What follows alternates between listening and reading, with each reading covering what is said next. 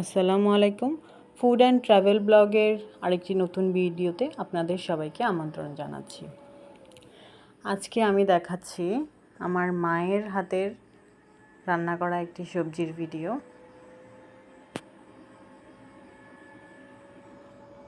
তেলে সামান্য পেঁয়াজ রসুন দিয়ে একটু বাগার করে নিয়ে 4-5 রকমের সবজি ছোট ছোট করে কেটে এখানে একটু হালকা ভেজে নিলাম।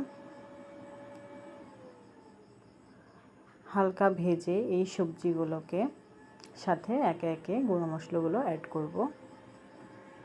প্রথমে দিয়ে দিব স্বাদ মতো লবণ, হালকা জিরার গুঁড়ো, হালকা হলুদের গুঁড়ো, সামান্য পরিমাণে ঝাল। এই সবজিটা খুব একটা ঝাল হয় না, তাই অল্প পরিমাণে ঝালটা দিচ্ছি। হালকা মশলায় খেতে বেশ ভালোই লাগে। এখানে আমি বাটা রসুনটা না দিয়ে কুচি রসুন ব্যবহার করেছি। আর 2টা কাঁচামরিচ দিয়ে দিলাম। কিছুক্ষণ কষানোর পর এটিকে ঢাকা দিয়ে রাখবো সবজিটা সিদ্ধ করার জন্য।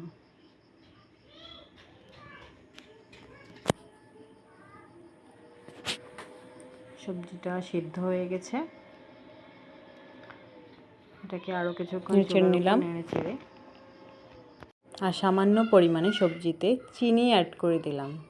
কার কাছে কেমন লাগে জানি না, চিনিটা কিন্তু সবজিতে দিলে সবজির টেস্টটা ভালোই লাগে, সামান্য পরিমাণে। আর এখন সবজির জন্য একটা বাগার রেডি করব। সেটা হচ্ছে তেলের মধ্যে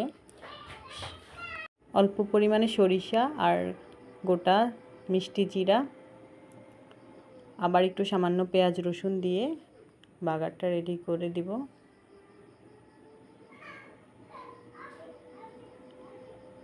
সবজিটা বাগার দিয়ে দিব। আর এই তো তৈরি হয়ে গেল আমাদের সেই অতি সাধারণ সবজি, বাট খেতে অনেক টেস্টি।